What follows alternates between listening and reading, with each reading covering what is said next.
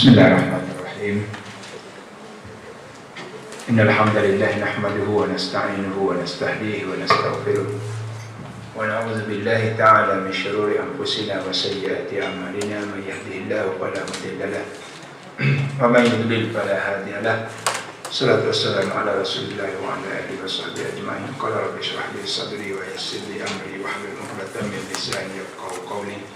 Allahumma faqqihna fid din wa 'allimna at-ta'wil. Allahumma awwilna bil ilmi wa zayyinna bil hilmi wa akrimna bit taqwa wa jamilna bil afiyah.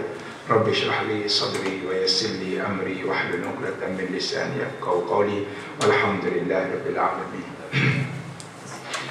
Yang saya kasihi dan saya hormati, yang berbahagia Datuk Rahman dan yang berbahagia Datuk-datuk yang ada, kemudian kalau datin-datin yang ada, kemudian seterusnya kepada orang besar dalam Rahman Brothers, dan tidak lupa juga kepada keluarga kerja Rahman Brothers. Assalamualaikum warahmatullahi wabarakatuh. Yang berbahagia Datuk-datuk dan semua yang ada, muslimin dan muslimat yang saya kasih dan saya hormati sekalian. Saya tertarik juga dengan beberapa benda yang dibesarkan oleh Datuk itu, yang kadang-kala tidak ataupun sangat susah untuk dibesar oleh seorang chairman ataupun orang bersatu dalam syarikat untuk anak buah dia. Ya. Maka pagi ini kita akan membicarakan tentang puasa dan yang apa yang ada kaitan dengannya. Yang pertama sekali disebut ataupun diberi mesej kepada saya tentang tajuk yang diberikan ialah mendidik jiwa. Ramadan mendidik jiwa. Memang betul, saudara apa dirahmati dan dikasihi sekalian, kerana puasa ini dia akan mendidik jiwa manusia, di antaranya ataupun khususnya dua sifat utama. Dua sifat utama. Baik. Dua sifat utama. Yang pertama sekali takut. Dua sifat utama, yang pertama takut, yang kedua ikhlas kepada Allah. Dua sifat ini tuan-tuan, kalau kita betul-betul melakukan puasa ini dengan betul-betul dengan betul-betul kita melakukannya ikhlas kepada Allah Subhanahu Wa Taala ataupun betul-betul kerana Allah, dia akan membuahkan kepada kita dua sifat yang saya sebut tadi. Yang pertama takut. Dalil dan bukti yang mudah untuk saya nak buktikan kepada tuan-tuan dan puan semua, apabila kita berpuasa, siapa yang berani buka puasa apabila azan zuhur itu diazankan? Tapi dengan syarat orang yang betul-betul puasa. Sebab saya sebut tadi syarat mula-mula betul kita buat puasa itu dengan kerana Allah, maka dia akan lahir dua sifat ini. Walaupun azan zuhur, walaupun azan asar, sama saja dengan azan maghrib. Cuma bezanya tu bilal saja. Yang ni bilal satu, yang ni bilal dua. Tetapi tak ada orang berani. Tidak ada orang berani bila azan zuhur, Allahu Akbar, Allahu Akbar, azan dah, baik tu puasa. Tak ada berani. Kenapa? Takut. Bukan lagi. Kenapa dia bukan lagi? Kerana kita tahu bahawa ini bukan waktu untuk kita berbuka puasa. Maka dengan itu orang bagi makanan, orang bagi minuman, orang buat apa pun kita tak akan terima. Kerana kita yakin dan percaya dan kita takut kepada Allah. Ini bukan masa yang telah dihalalkan oleh Allah untuk kita makan. Sama juga dengan bersahur. Bersahur. Kita bersahur, saya bersahur di rumah saya, Datuk bersahur di rumah saya, rumah dia, Datuk yang lain pun, dan tuan-tuan semua bersahur di rumah masing-masing. Baik, kita tahu ke dia puasa, kita tahu ke dia bersahur, kita tak tahu. Tetapi takut dia kepada Allah itu menyebabkan walaupun dia tidak bersahur, dia tak makan. Contohnya kita tidur. Bila kita tidur tak tersedar, sedar-sedar orang azan dah, maka tak boleh lah kita nak bersahur. Maka dengan itu kita berani dah, biarlah aku nak makan juga sikit. Tak berani. Walaupun kita tahu kita akan berpuasa bermula daripada subuh itu sampai ke maghrib, mengambil masa yang berbelah-belah jam. Kita nak buat kerja banyak, tenaga tak ada. Maka dengan itu tuan-tuan, kerana takut tadi menyebabkan kita tak berani. Walaupun makan dalam kereta ke, nak makan dalam kereta, nak makan tepi jabat, ada yang makan dalam tandas pun ada. Sebab nak makan tepi jalan takut nanti mari pegawai keselamatan ataupun pegawai Jabatan Jais Jawi akan tangkap masuk bicara dan sebagainya. Maka dengan itu dia makan dalam tandas. Tergamuk dia makan tempat yang begitu kotor. Maka mendidik, saya sebut tadi, mendidik puasa itu akan mendidik yang pertama sekali sifat takut. Bila sifat takut ini ada, tuan-tuan, dia akan terbawa-bawa, dia akan terikut-ikut kita dalam semua aktiviti kita. Contoh tadi, amanah yang Datuk sebut tadi, kita kena kerja, sama ada CEO ke tak ada CEO ke, kita bekerja sama. Pasal apa? Kita kira amanah. Kenapa kita tak anggap? Kerana kita takut. Maka kalau kita takut kepada Allah kerana tak makan, maka kita juga takut dalam urusan dunia. Kita juga takut sebab kita ada kaitannya dengan mati. Dan bila kita mati, kita akan dibalas, baik yang Muslim, yang tidak Muslim, semuanya mengikut kaedah dia akan dibalas. Kullu nafsin za'iqatul maut wa innama tuwaffawna ujurakum yaumal qiyamah. Akan dibalas di hari akhirat kelak nanti.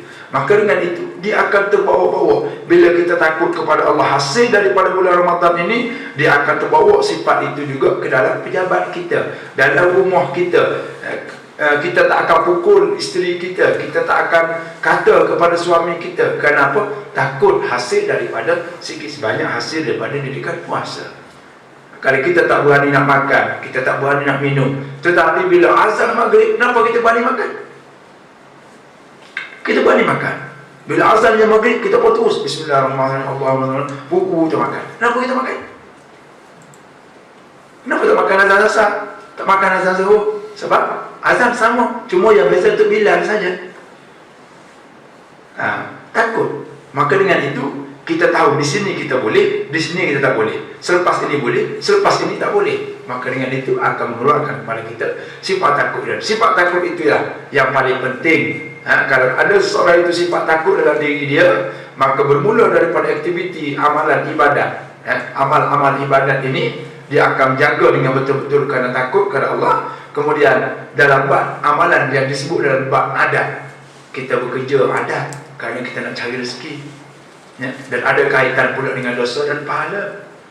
Maka dengan itu tuan-tuan, dia akan terikut-ikut, dia akan terbawa-bawa sampai di rumah kita, dalam pejabat kita, negeri kita, negara kita, dia akan bawa semuanya, melibatkan satu saja, takut kepada Allah Subhanahu Wa Taala. Walaupun tak ada CCTV, walaupun tak ada polis, walaupun tak ada orang pegawai keselamatan, kita tak berani buat kerana kita takut. Bermula daripada kita takut kepada Allah Subhanahu Wa Taala. Baik, yang kedua, dalam masa yang cukup ringkas ini, yang kedua, dia akan menimbulkan sifat ikhlas. Tadi saya sebut sifat takut. Sifat ikhlas juga dia hampir dekat-dekat. Apabila ada takut tadi, dia datang ikhlas untuk beramal satu benda itu dengan ikhlas. Sebab itu contoh yang lebih kurang sama, dia tak akan buka ketika mana Allah Ta'ala tidak izinkan dia buka puasa dia. Dia akan terikut-ikut. Dua sifat ni akan terikut pada orang yang betul-betul mengajarkan puasa itu. Maka sebab itulah tuan-tuan semua, nak jadikan puasa yang berkualiti itu macam mana? Nak jadikan puasa yang betul-betul berkualiti, maka kita kena, orang kata, sebab itu Nabi kita ajar kepada kita, hendaklah kita berpuasa dulu sebelum daripada puasa Ramadan. Kerana nak mendidik, kerana nak mendidik terlebih dahulu, supaya bila kita mari bulan puasa, kita dah puasa dah sebelum pada tu. Artinya kita dah tak kisah dah dengan tak makan tengah hari pun tak apa. Kalau orang yang tak puasa lagi sebelum, tiba-tiba dia puasa-puasa, dia pening juga kadang-kadang. Itu yang kadang-kadang dia terlupa makan, tak apalah kalau terlupa. Kalau buat lupa, itu tak boleh. Makanya demikian itu tuan-tuan akan mendidik kita dua sifat ini. Dan apabila seseorang itu ada dua sifat ini, maka saya yakin dan percaya masa hadapan dia, khususnya hari akhirat, dia akan cerah. Kan dia buat kerja dengan ikhlas, buat kerja dengan takut pada Allah Subhanahu Wa Taala. Maka bila kita sebut tentang makanan, sebab bila kita puasa ni memang tak boleh lari daripada makanan. Nabi SAW disebut dalam kitab tu, satu kitab yang tua saya belajar di pondok dulu, nama dia Durratun Nasihin. Kitab tu nama Durratun Nasihin. Dia menyebut makanan yang paling Allah Ta'ala tidak suka, abghad, yang paling Allah Ta'ala suka dan benci dan marah, ialah makan banyak daripada semua yang halal. Hak haram tak payah cerita dah, sebab Nabi sebut dah kan, mana-mana daging yang timbul, yang membesar, yang biak, yang hidup hasil daripada sumber yang haram, maka nerakalah lebih aula untuk daging tersebut. Tak payah kita dah. Ini hak halal. Kita bekerja betul-betul, kita jaga masa kita apa semua, ya, dan sebagainya. Maka benda yang halal itu juga kalau kita makan terlebih daripada haknya, maka Nabi sebut inilah makanan yang paling dimurkai, paling tidak disukai oleh Allah Subhanahu Wa Taala, sekalipun dia benda itu benda yang halal. Saya nak sebut ini sebab ada kaitan dengan puasa. Kerana kita tidak makan terlalu lama daripada pagi sampai ke petang, maka dengan itu kita lapar. Bila kita lapar, jumpa makanan, kita tahu sajalah. Apa yang saya nak sebutnya, ada orang di kalangan kita ini kadang-kadang berdendam dengan makanan.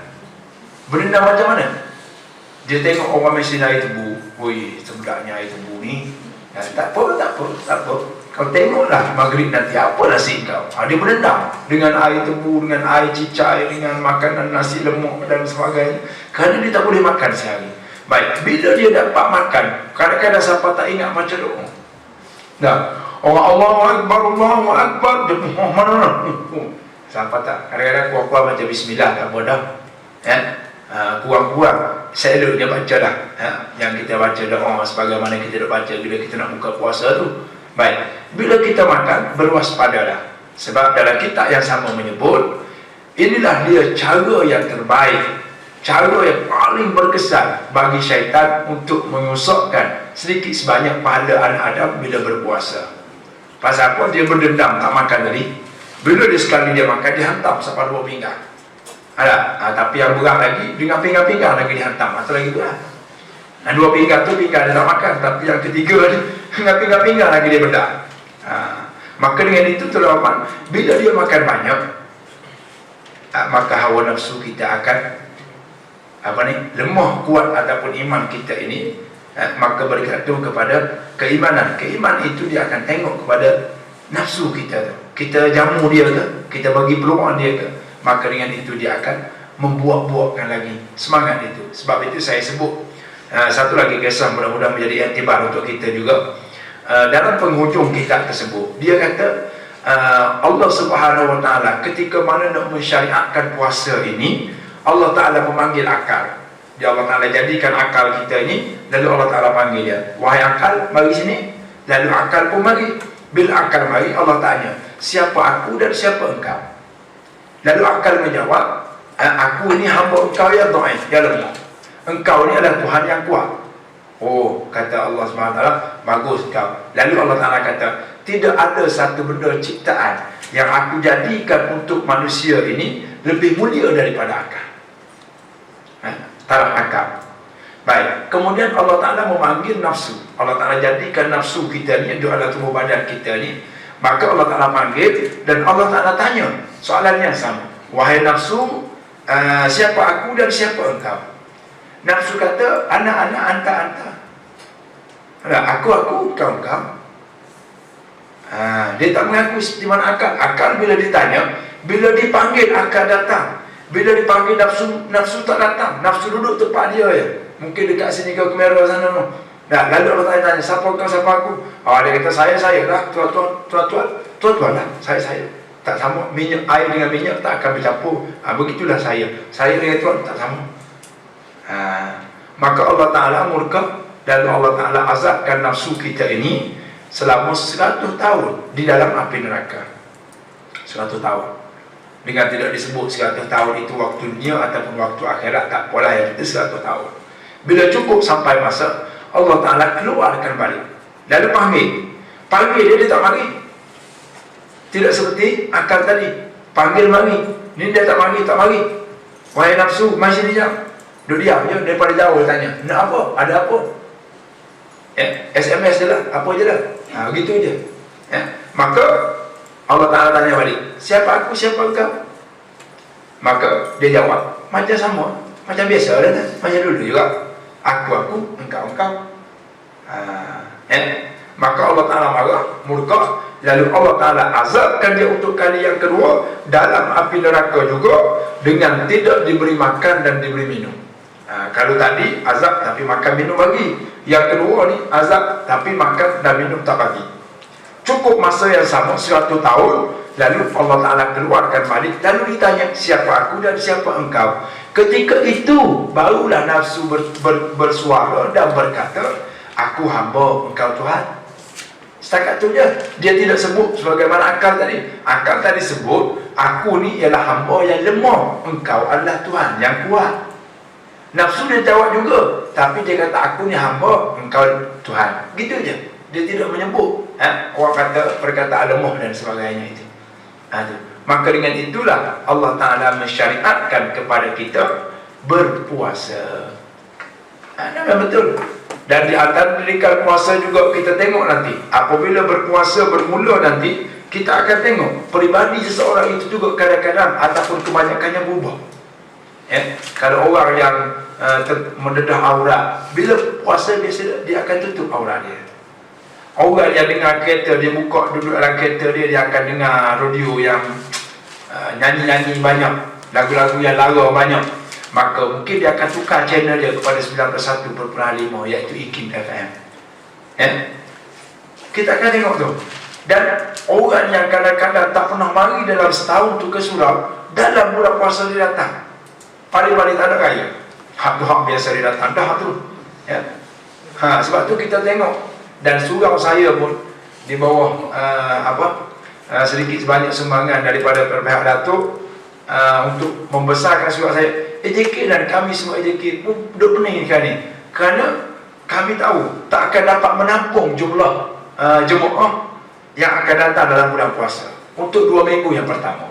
2 minggu yang kemudian tu insyaAllah boleh muat lah. 2 minggu pertama tu jadi semalam, pagi semalam sampai ke tengah hari, sampai ke pukul 11 malam, saya kerja, saya setting speaker je masjid Simpang 3 sehari duduk setting untuk bulan puasa.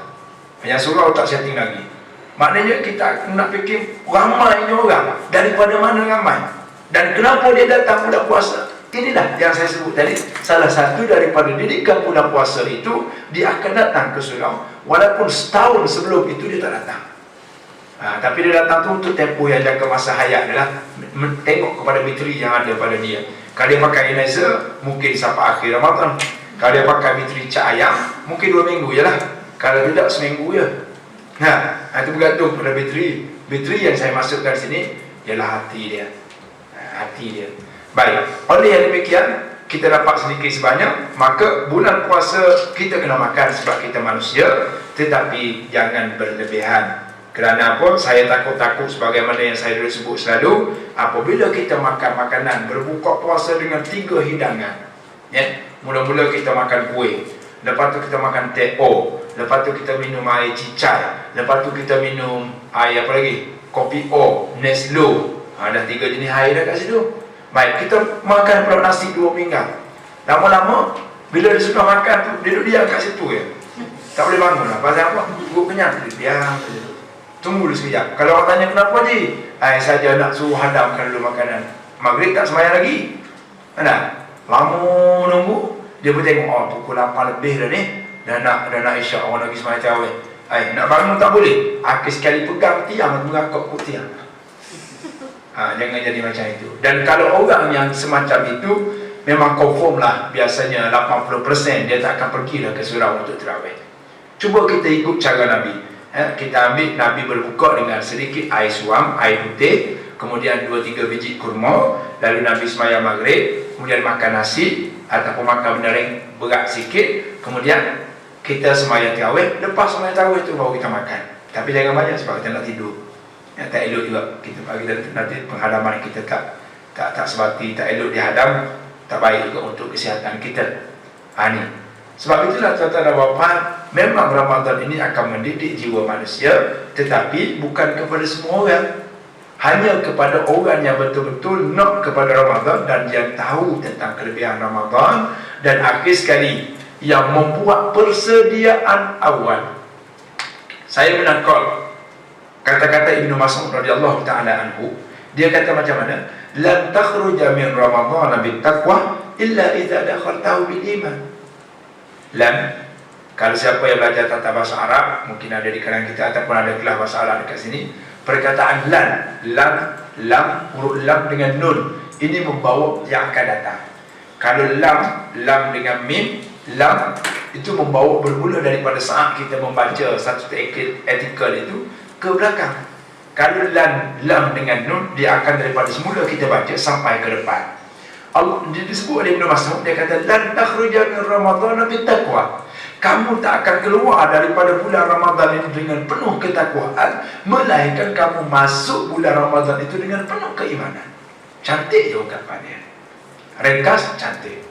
Sebab Allah Ta'ala sebut dah, di antara tujuan mewajibkan puasa ini, ya ayyuhalladzina amanu kutiba alaikumusiyam kama kutiba alal ladzina min qablikum la'allakum tattaqun, supaya kamu bertakwa, supaya kamu ini menjadi generasi yang bertakwa, orang bertakwa, pekerja yang bertakwa, CEO yang bertakwa dan sebagainya. Baik, lalu kata Ibnu Abbas atau Ibnu Mas'ud, saya lupa, dia kata kamu tak akan keluar daripada bulan Ramadan itu dengan penuh ketakwaan, melainkan kamu masuk bulan Ramadan itu dengan penuh keimanan. Artinya kita nak puasa sekarang ni, kita nak puasa sekarang ni, kita cuba pupukkan iman kita lebih sikit daripada bulan-bulan yang lain. Artinya kalau bulan-bulan lain kita balik di rumah, ialah memanglah penat balik kerja dengan jam dengan apa, tetapi untuk bulan yang nak menyambut puasa ini, kita cuba cegahkan sedikit, kita mandi awal, kita pergi ke masjid. Itu di antara orang kata jalan-jalan untuk kita nak tengok supaya kita bersiap sedia.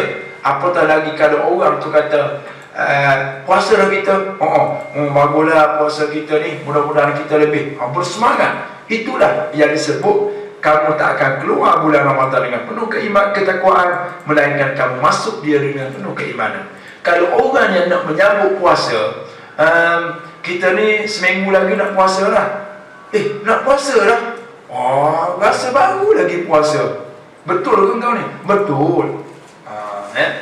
Menjumpa 3-4 hari kemudian, kita 2 hari lagi puasa dah. Allah mak puasa kita, aduh. Orang macam ni memang dia masuk bulan puasa dengan keluar bulan puasa tak ada jauh mana beza, sama je. Maka Nabi kata rugilah orang yang melalui puasa tetapi tidak diampunkan dosanya, rugi, rugi. Maka dengan itu tuan-tuan, hendaklah kita, sebab itu kita tengok orang yang mengayuh basikal tu, perlawanan ataupun pertandingan basikal tu, tengok bila nak sampai kepada garisan ataupun bila dia nak naik bukit, bukan ketika naik bukit tu baru dia nak pecut, nak tekan speed dan sebagainya. Dah, dia daripada bawah lagi. Dia tengok dah bukit dia berapa, daripada bawah mungkin 1 meter, 2 meter lagi, dia dah mula pecut dah, supaya dia naik dengan aman sedikit bukit tu. Kalau kita nak naik tu baru kita nak pecut, takut tak dapat pecut, jatuh, memang halal lah kita.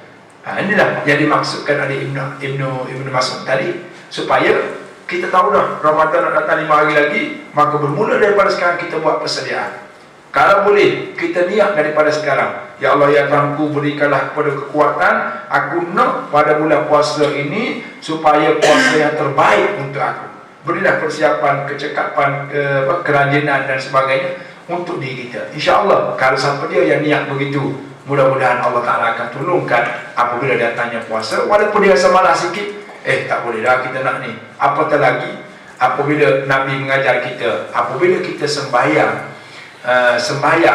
maka Nabi mengajar kita sallu salatan muwaddi'. Hendaklah kamu sembahyang untuk kali yang terakhir. Kamu rasa gitu. Kita juga, kita rasa puasa ni puasa terakhir dah untuk aku. Maka dengan itu kita akan terus, kita akan kuatkan, kita akan, walaupun tak larat, walaupun tak cekap, walaupun kita penat, kita akan buat, kerana kita yakin bahawa ini puasa terakhir untuk kita. Sebagaimana orang yang salah mengedar dadah, lalu dia dihukumkan mati pada 3 hari bulan, bermula daripada 25, mungkin awal bulan, sebelum daripada bulan dia nak kena, dia dah ibadat dah, tak tidur dah. Cubalah tanya orang-orang yang bekerja di jabatan yang saya sebut tadi, memang orang ni tak tidur dah. Pasal apa? Dia tahu dia akan mati dah 3 hari bulan. Maka dengan itu dia berdoa, dia menangis, dia apa. Inilah generasi sahabat yang tidak ada yang sukar pada generasi kita. Generasi kita ni tak apa, esok lagi, Minggu depan lagi, tahun depan lagi. Adalah menyebabkan kita buat puasa tahun demi tahun, cara lebih kurang ya. Dan puasa kita di tempat Nabi sebut ataupun ulama-ulama kita membahagikan puasa kita ada 3 peringkat. Saya tak nak sebut peringkat yang terakhir sebab peringkat itu memang payah dan nak dapat. Memang payah. Peringkat yang pertama peringkat orang kita lah, iaitu dia puasa hanya puasa mulut dan kemaluan dia sahaja. Tapi di segi mata dia, telinga dia, tangan dia tak puasa. Ini puasa awam. Ada pun puasa orang yang kedua, al-khawasul khawas, mana orang ini bukan saja dia puasa anggota 7 dia, mata, tangan, kaki, hati dia semua, tetapi dia puasa hati. Itulah mahal ya. Dan bila dia lari daripada Allah, dia lupa kepada Allah, maka dia cepat-cepat dia balik supaya mendapat orang. Dan ini gelaran para anbiya dan siddiqin. Ini payah ni, para anbiya, para nabi, bukan para rasul, cerita lain ya. Maka para siddiqin pun kita sudah payah untuk nak mendapat, kerana dunia kita hari ini tidak sama dengan dunia zaman nabi, sahabat dan juga imam-imam sebelum daripada kita ini ya. Mudah-mudahan sedikit nasihat yang saya berikan ini akan memberi semangat baru, suntikan baru, penawar baru untuk diri saya terlebih dahulu, dan khususnya kepada warga kerja dan juga semua tetamu-tetamu yang datuk-datuk dan datin-datin semua yang ada pada pagi ini. Mudah-mudahan Allah Subhanahu Wa Taala akan menambahkan lagi keberkatan bulan Ramadan ini kepada kita dan mendidik kita dan merasa nikmat kebahagiaan melalui puasa ini adalah satu nikmat yang cukup mahal, yang tidak ada tandingannya dalam bulan-bulan yang lain. Sebab itu Nabi SAW apabila 3-4 hari lagi nak berpuasa, lalu Nabi berkhutbah ataupun Nabi memberi ceramah, iaitu wahai sahabat-sahabat semua, akan datang kepada kamu 1 bulan merupakan sayyidus syuhur, iaitu ketua kepada segala bulan. Kalau hari Jumaat merupakan ketua pada segala hari, maka puasa merupakan kepada ketua bagi segala-gala bulan-bulan yang sebelah bulan sebelumnya. Maka dengan itu kata Nabi, hendaklah kamu membuat amalan, membuat persediaan dan menukuk tambah amalan kamu itu lebih daripada bulan-bulan biasa. Takut-takut nanti kita akan rugi. Jadi akhir sekali saya ulangi lagi sekali apa yang saya sebut tadi. Rugilah bagi orang yang bersempatan dengan puasa tetapi dosanya tidak diampun ya. Maka sama-samalah kita meniatkan dalam hati kita supaya puasa tahun ini adalah puasa yang terbaik untuk kita, bahkan dalam sejarah kehidupan kita, untuk menjadikan kita sebagai bukti kerana puasa dan Al-Quran ini merupakan pemberi syafaat di antara benda yang boleh memberi syafaat kepada kita di akhirat nanti, Al-Quran dan juga puasa. Maka setakat dulu pertemuan kita pada hari ini, dan saya mohon ampun dan maaf kerana kelewatan tadi, kerana tersilap masuk lorong. Saya pergi masuk lorong sebelah sana, lama tak mari terlupa dah ya. Allah Subhanahu Wa Taala a'lam. Subhanakallahumma wa bihamdik, asyhadu an la ilaha illa anta, astaghfiruka wa atubu ilaik. Subhanakallahumma wa bihamdik, asyhadu an la ilaha illa anta, astaghfiruka wa atubu ilaik. Bismillahirrahmanirrahim. Al-'asr, innal insana lafi khusr illa alladziina aamanu wa 'amilus salihati wa tawassaw bil haqqi wa tawassaw bis sabr. A'udzu billahi minasyaitonir rajim. Bismillahirrahmanirrahim. Alhamdulillahirabbil alamin, wassalatu wassalamu ala rasulillah wa ala alihi wa sahbihi ajma'in. Allahumma 'allimna ma yanfa'una wanfa'na bima 'allamtana wa zidna ilma. Allahumma inna na'udzubika min 'ilmin la yanfa' wa min qalbin la yakhsha wa min nafsin la tashba' wa min da'watin la yusma' wa na'udzubika rabbana min ha'ula'il arba'. Allahumma barik lana fi Rajab wa Sya'ban wa ballighna Ramadan. Allahumma barik lana fi Rajab wa Sya'ban wa ballighna Ramadan. Allahumma barik lana fi Rajab wa Sya'ban wa ballighna Ramadan. Ya Allah, ya Tuhan kami, berikanlah kepada kami kesempatan, peluang dan juga kesehatan supaya kami dapat menjalankan puasa pada tahun ini dengan sebaik-baik, dengan sepenuh-penuh, dengan semulia-mulianya, sebagaimana yang Kau janjikan melalui lisan Nabi sallallahu alaihi wasallam. Mudah-mudahan puasa yang kami lakukan pada tahun ini dan tahun-tahun sebelumnya akan menjadi sebagaimana dinyatakan oleh Nabi-Mu, yaitu menjadi syafaat dan juga memberi pertolongan kepada kami, khususnya di awal pertemuan kami dengan kamu di dalam kubur kami nanti. Ya Allah, ya Allah, terangkanlah kubur kami dengan cahaya puasa yang kami lakukan. Ya Allah, berikanlah cahaya dalam kubur kami dengan sembahyang yang kami lakukan, dan seterusnya amalan-amalan kebaikan ibadah yang kami lakukan ini. Mudah-mudahan sedikit sebanyak akan memberikan keikhlasan kepada kami, dan seterusnya mendidik jiwa kami, dan akhirnya memberikan kepada kami jiwa kami, hati kami menikmati rasa kenikmatan, kebahagiaan, kemanisan dalam beriman dan beribadat kepadamu. Ya Allah, ya Allah, ya Tuhan kami, terimakanlah dan terimakanlah ya Allah, terimakanlah, permudahkanlah ya Allah permohonan kami ini. Rabbana istajib do'ana ya Rahman ya Rahim. Sallallahu alaihi wasallam Muhammad wa ala alihi wasallam. Alhamdulillah. Majlis ucapkan banyak ribuan terima kasih kepada Ustaz Syekh Basri. Jadi skop kita hari ini skop takut, luaslah takut ni. Saya ingat pesanan amanat wasiat dia tu, iaitu bekas mantan kita ajak tim di Langkawi sebelum ni majlis rehlah daripada kita lah ni. Al-Tafis di sana dia kata 3 perkara takut. Jadi sebenarnya saya pun takut terlupa ni mantan Datuk Wan hantar mari. Dia kata takut pertama takut Allah. Takut Allah apa yang saya cakap tadi dalam citaan kata takut Allah lah. Kemudian takut kedua, takut pada orang yang tak takut Allah. Apa maksud? Takut pada orang tak takut Allah. Ketiga, saya lupa tadi, dia SMP masuk, dia kata lidah itu. Lidah. Baik, dia balik pada takut yang 3 tadi, saya ambil yang tengah tu, takut pada orang tak takut Allah. Orang tak takut Allah ni yang perkara berjadi yang bukan-bukan. Bagaimana? Kejujuran tak ada, pecah amanah, tak bertanggungjawab. Itu orang takut pada orang tak takut Allah. Jadi kita takut pada orang tak takut Allah ni. Orang tak takut Allah dia tak boleh. Bulan puasa ke tak perlu puasa, dia rentam saja. Dia tak takut Allah. Dia nak main apa ke, ya, dia suka hatinya. Tak sebut nak main apa, macam-macam main. Dia nak makan apa, dia suka hati, dia takut. Kemudian kita kena takut orang yang macam tu. Kita berkawan orang macam tu, kita Allah na'udzubillah takut semua. Jauhilah orang yang tak takut Allah. Itu dengan arti kata tadi. Ya. Itu juga majikan. Saya ingat banyak majikan tak jatuh bankrupt, tak jadi kerugian, tak jatuh lumpuh. Sebab apa? Kalau tanpa orang ni semua. Orang ni lah, orang yang tak takut Allah yang melingkup menjahanamkan syarikat-syarikat ni. Majikan lah ni. Yang jadi sebab tak takut. Dia tak takut. Bukan kata majikan kerja politik sama. Kalau main dah mentam rasuah, main apa nama ni tak amanah, lepas tu main dengan riba, tu jahanam. Ini luas kat dia punya skop takut ni. Dan akhir sekali saya tambah sikit kalau boleh, takutlah ibu bapa. Kan banyak orang tak takut ibu bapa dah.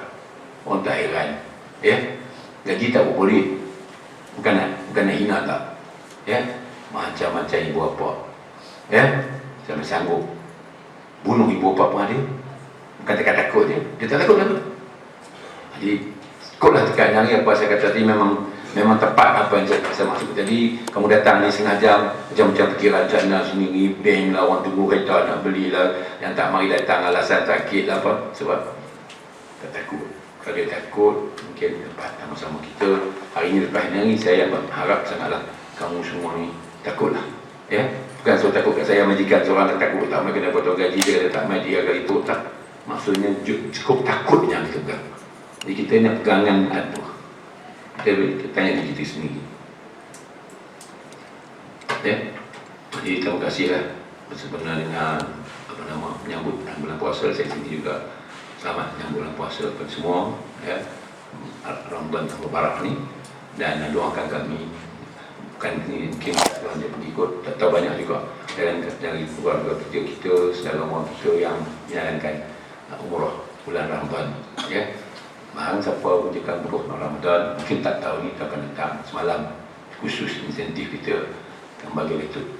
Bukan dia saja cakap, banyak cakap adalah bersamaan kita macam kita buat kerja haji. Jadi capailah bulan ini sepenuh-penuhnya, ya, bulan Ramadan dah. Kalau tak dapat pergi pun, apatah lagi kalau bulan tahun depan ada peluang, ada masa, ada keazaman, maka ada keinginan, bahkan bukan itu saja, ada jemputan. Tak semua dapat begini, ya. Jadi bulan Ramadan satu bulan yang kita sedang menunggu-nunggulah ketibaannya, ya.